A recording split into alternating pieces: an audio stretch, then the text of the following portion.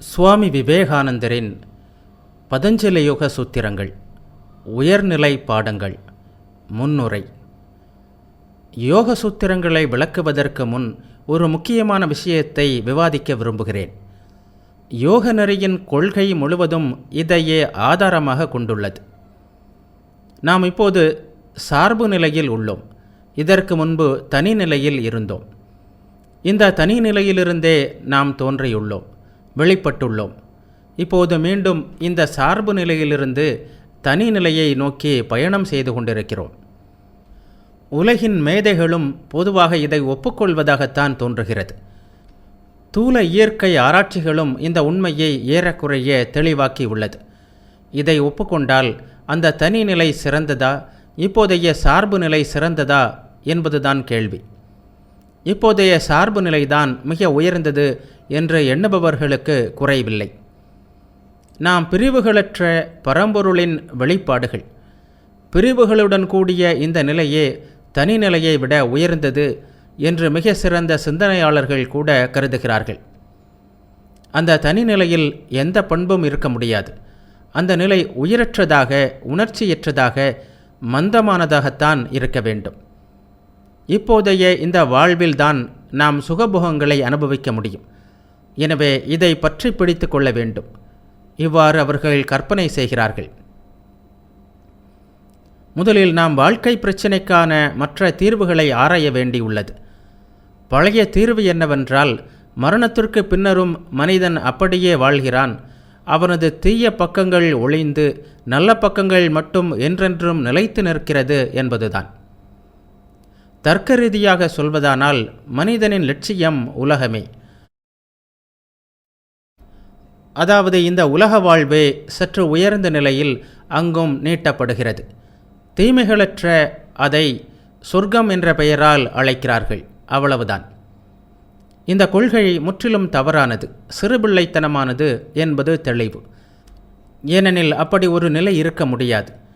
தீமை கலவாத நன்மை இருக்க முடியாது. அதுபோல் நன்மை கலவாத தீமையும் இல்லை. தீமையே கலவாமல் நன்மையே நிறைந்துள்ள உலகில் வாழலாம் என்பது சமஸ்கிருத நியாய தத்துவவாதிகள் கூறுவது போல் ஆகாய கோட்டைதான். தற்காலத்தில் பல பிரிவினர் வேறொரு கொள்கையை கூறுகின்றனர். முன்னேறி கொண்டே இருப்பது, இலக்கை நோக்கி சென்று கொண்டே இருப்பதுதான் மனிதனின் கதி. ஆனால் இலக்கை அடைவது என்பது மட்டும் கிடையாது. மிக நல்லது போல் தோன்றினாலும் இதுவும் தவறே. ஏனெனில் நேர்கோட்டு இயக்கம் என்ற ஒன்றே கிடையாது. ஒவ்வொரு இயக்கமும் வட்டத்தில்தான் நகருகிறது. ஒரு கல்லை எடுத்து வானவெளியில் வீசுங்கள். அதற்கு தடையொன்றும் இல்லாமல் இருந்து நீங்களும் போதிய காலம் வாழ்ந்திருந்தால் அந்த கல் சரியாக உங்கள் கைக்கு திரும்பி வந்து சேரும். நேர்கோடு எல்லையற்று நீட்டப்படும்போது வட்டமாகத்தான் அது நிறைவுறும். ஆகவே முடிவின்றி முன்னேறி சென்று கொண்டிருப்பதுதான் மனிதனின் விதி என்ற கருத்து தவறானது. நமது விஷயத்திற்கு புறம்பாக இருந்தாலும் இங்கு ஒன்றை நான் குறிப்பிட விரும்புகிறேன். யாரையும் வெறுக்கக்கூடாது, அன்பு காட்ட வேண்டும் என்ற நீதிநெறி கோட்பாட்டை இந்த கருத்து விளக்குவதாக உள்ளது. எப்படியெனில், ஒரு டைனமோவிலிருந்து புறப்படுகின்ற மின்னோட்டம் சுற்றை முடித்து முடிவில் டைனமோவை அடைகிறது என்கிறது நவீன கொள்கை. விருப்பும் அன்பும் அதுபோல்தான். புறப்பட்ட இடத்திற்கு அவை திரும்பி வந்தே தீர வேண்டும். எனவே யாரையும் வெறுக்காதீர்கள். ஏனெனில் உங்களிடமிருந்து புறப்பட்ட அந்த வெறுப்பு நாளடைவில் உங்களிடமே திரும்பி வரும். நீங்கள் அன்பு காட்டினால் அந்த அன்பும் சுற்றினை முடித்துவிட்டு உங்களிடம் திரும்பி வரும். ஒருவனது இதயத்திலிருந்து புறப்படுகின்ற வெறுப்பு முழு வேகத்தில் அவனிடம் திரும்பி வரவே செய்கிறது. இதை யாராலும் தடுக்க முடியாது. அதுபோலவே அன்பின் ஒவ்வொரு வெளிப்பாடும் அவனிடம் வந்து சேர்கிறது. நடைமுறை கண்ணோட்டத்தில் பார்த்தாலும் முடிவற்ற முன்னேற்ற கொள்கை ஏற்கக்கூடியதாக இல்லை. ஏனெனில் உலகிலுள்ள ஒவ்வொன்றின் இலக்கும் அழிவாகவே உள்ளது. நமது முயற்சிகளும் நம்பிக்கைகளும் அச்சங்களும் இன்பங்களும் எல்லாம் நம்மை எங்கே இட்டு செல்கின்றன? மரணமே நம் அனைவருக்கும் முடிவு. அதைப்போல் சர்வ நிச்சயமானது வேறு எதுவும் இல்லை. ஆகவே இந்த நேர்கோட்டு இயக்கம், முடிவற்ற முன்னேற்றம் எங்கே உள்ளது? சிறிது தூரம் சென்றுவிட்டு புறப்பட்ட இடத்திற்கே மீண்டும் வந்தாக வேண்டும்.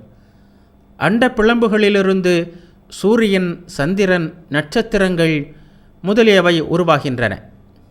மீண்டும் அவை கரைந்து அண்ட பிளம்பிற்கே திரும்பி செல்கின்றன. எங்குமே இவ்வாறு தான் நடைபெறுகிறது. செடி நிலத்திலிருந்து சத்தை எடுத்து வளர்கிறது, பின்னர் நிலத்திலேயே சங்கமித்து அதை திருப்பி கொடுக்கிறது.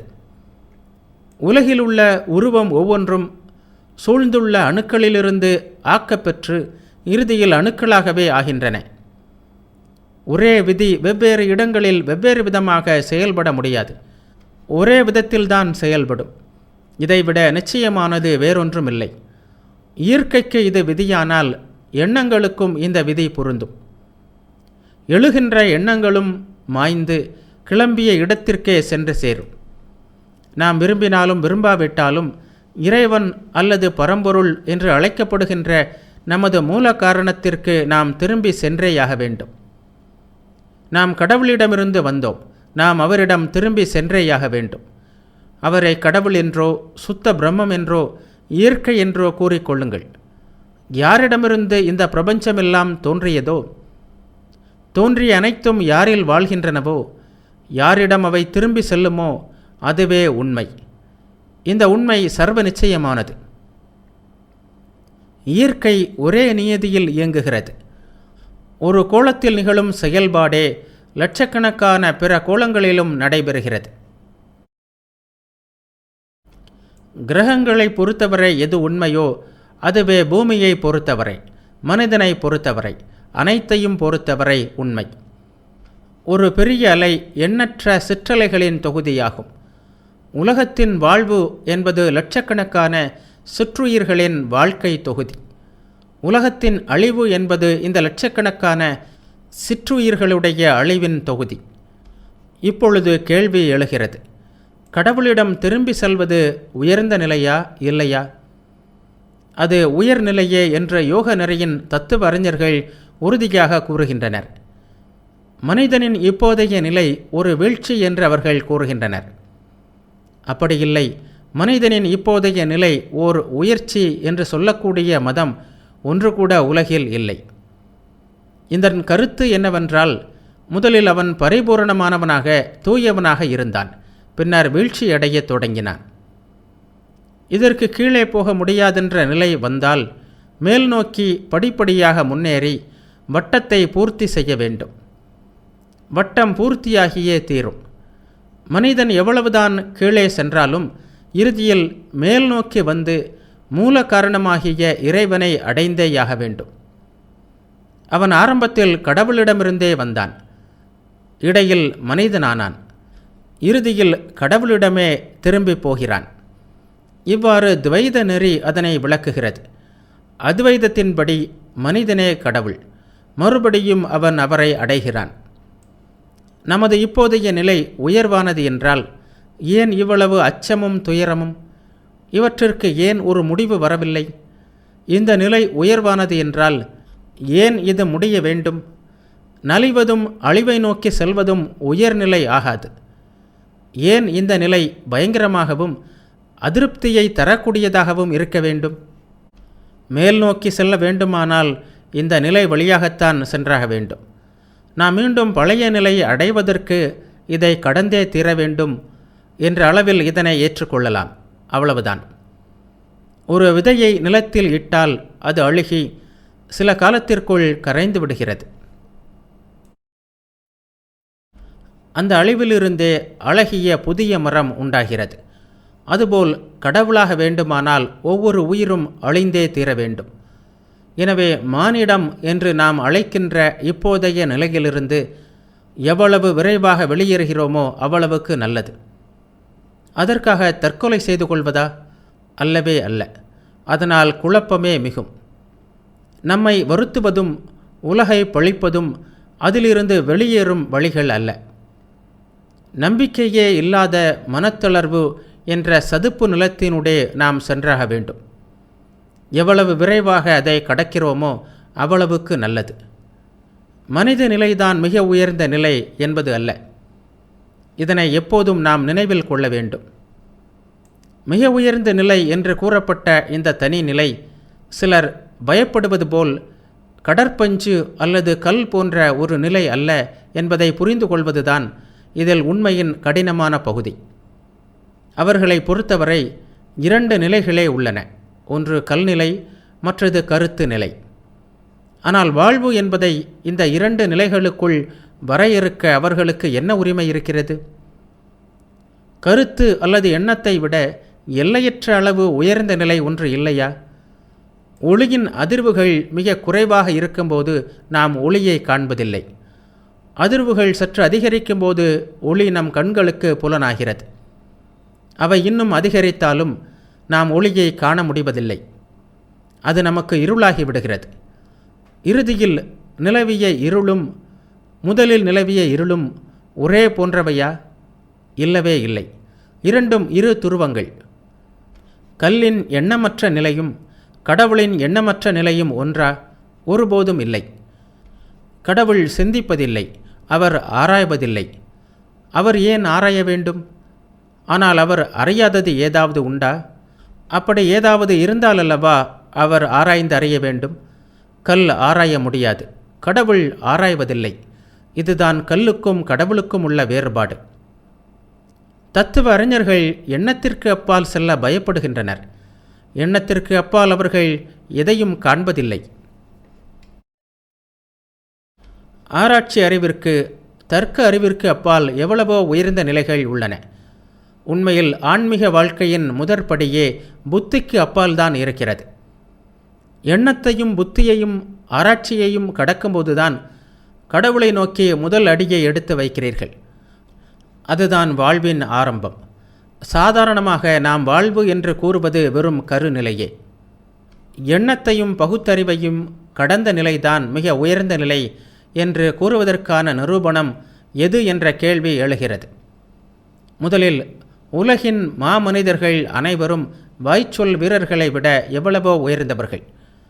அனைவரும் உலகையே அசைத்தவர்கள். அனைவரும் தன்னலத்தை கனவிலும் கருதாதவர்கள். அனைவரும் இந்த வாழ்வு இதற்கு அப்பால் உள்ள எல்லையற்ற நிலையை அடையும் வழியில் உள்ள ஒரு நிலை மட்டுமே என்று உறுதியாக கூறியுள்ளனர். இரண்டாவதாக, அவர்கள் கூறியதுடன் மட்டும் நிற்கவில்லை.